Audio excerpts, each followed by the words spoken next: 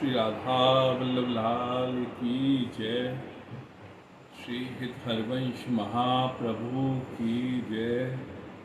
श्री गुरुजी महाराज की जय।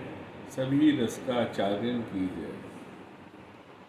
तो अधिक मास में जैसे अपने हित परकर के जो भक्त बहे हैं, वही कड़ी में आज आपके समक्ष हम जो प्रसंग लेके उपस्थित हुए हैं, श्री गंगा जमुना बाई। ये गंगा जमुना बाई जी की ऐसी कथा है कि यहाँ से वह विश्वास जो हम भागवत में सुनते आए हैं कि नरसिंह खम्भ में से प्रकट हो में, ऐसो प्रभु में अटल विश्वास दे में, अपने पालन हार पे विश्वास हो गए कि वो परम पिता जो हमारा संचालन कर रहे हैं वहाँ पे विश्वास रखें, तो वो हमें हर प्रकार की समस्या जो जीवन में आवे वहाँ से पार लगावे।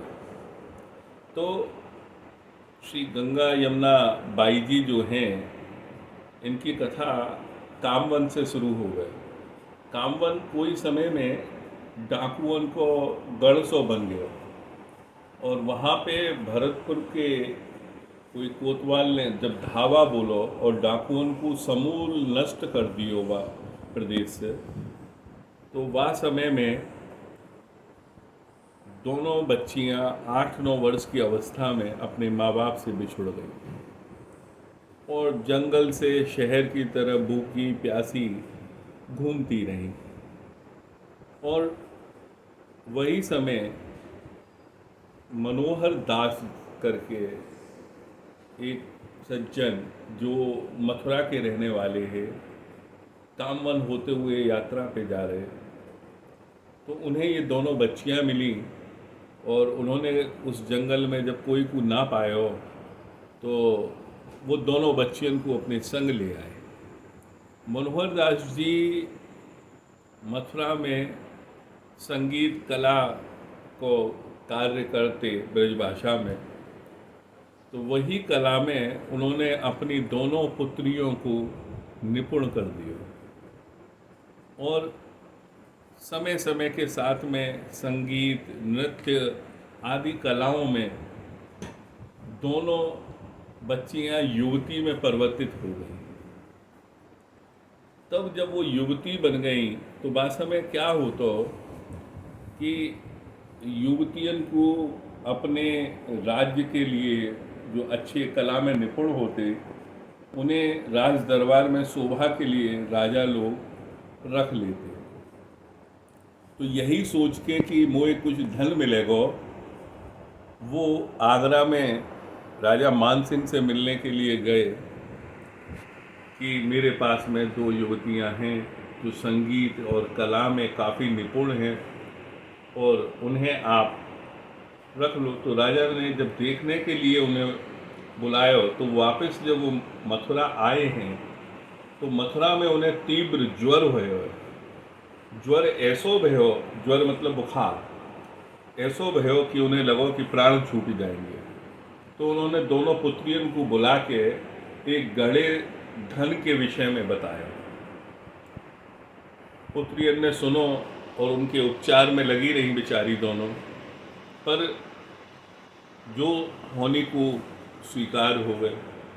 मनोहर दास जी या देहे से छोड़ते हुए अपने लोक को चले गए और दोनों बच्चियां फिर से अनाथ हो गई। पर वो प्रभु भक्ति में लगी हुई और अपनी कला से अपना उपार्जन करती,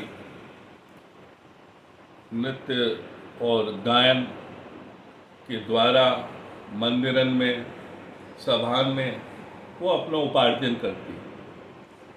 पर वही समय ऐसो भयो कि श्री हित हरवंश महाप्रभु के शिष्य श्री परमानंद दास जी जो मथुरा में संगीत वगैरह या कला के लिए जाते और मिलते रहते, तो उनको मनोहर दास से भी मिलना हो तो बाकी हालचाल पूछने के आशय से बाकी घर जब पहुँचे तो उन्हें स्थिति को ज्ञान भयो और वह स्थिति में वो उन दोनों बच्चियों की मनोस्थिति देख के बड़े घबरा गए कि क्योंकि उन्हें ऐसो ज्ञान भयो कि ये दोनों बच्चियां अब जीवन को विरक्त रूप से जैसे बिताना चाहें।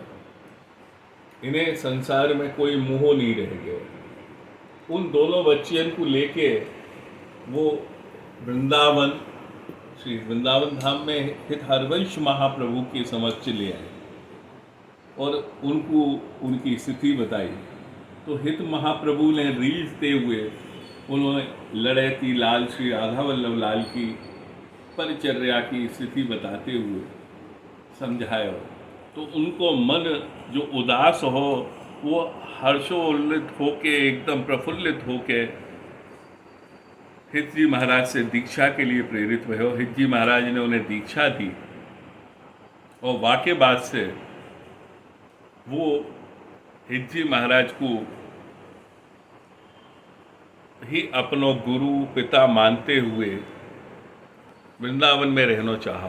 तो हित जी महाराज ने कही कि तुम जहाँ रहो जैसे रहो, श्री राधा वल्लभ लाल से लाड़ लड़ाओ। तो यही आज्ञा गुरु से पाके वो मथुरा आ गई और मथुरा में वह ये अब समझ चुकी है कि ये संसार की क्या लीला है और या में अपनो चरित्र क्या हमें मिलो है। तो वही व्यवहार के हिसाब से वो खुले हाथ से खर्च करने लगी प्रभु सेवा के लिए।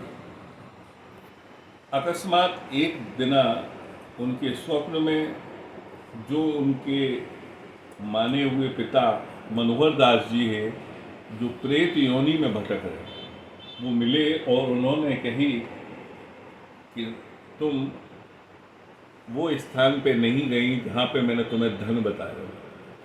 तो यार ये मेरा मन बातचीत में अटको है और तुम्हारे प्रति जो मैंने पाप अपने मन में लाया हो तो वहाँ से मेरी मुक्ति नहीं हो पा रही है।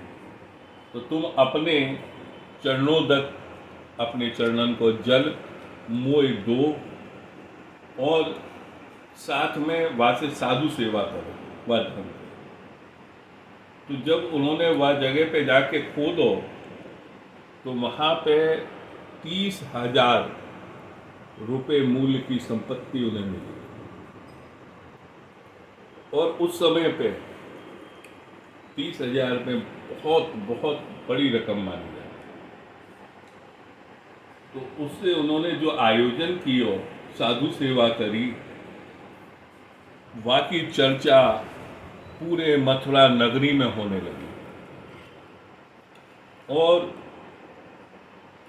अंत में साधु सेवा के बाद साधुवन के चरणन को धो के उन्होंने जल लियो। वहाँ में अपने चरणन को भी जल मिला के अमुक स्थान जो बताया गया वहाँ पे वो जल समर्पित कर दियो, जैसे कि उनके माने हुए जो पिता है मनोहर दास जी प्रेत योनि से मुक्त भये।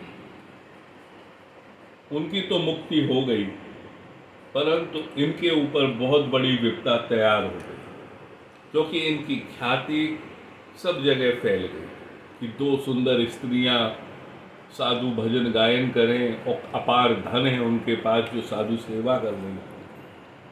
ये सूचना पास समय के मथुरा के कोतवाल अजीज बेग है, अजीज बेग के पास पहुंची। तो अजीज बेग